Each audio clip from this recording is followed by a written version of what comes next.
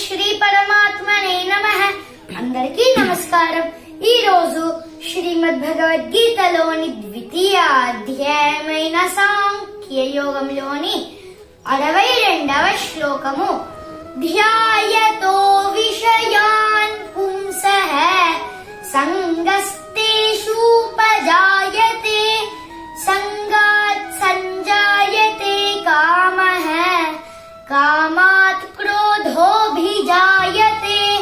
భావం: శ్రీకృష్ణుడు అర్జునునితో ఇలా పలికెను, ఓ అర్జున, ఇంద్రియ విషయముల మీద చింతన చేయటం వలన వాటి మీద మమకారాసక్తి పెరుగుతుంది. ఈ ఆసక్తి కోరికలను కలుగజేస్తుంది. కోరికల నుండి క్రోధం ఉత్పన్నమవుతుంది. 63వ శ్లోకము క్రోధాత్ భవతి సమ్మోహః సమ్మోహాత్ స్మృతి విభ్రమః స్మృతిభ్రంశాత్ బుద్ధినాశో బుద్ధినాశాత్ ప్రణశ్యతి.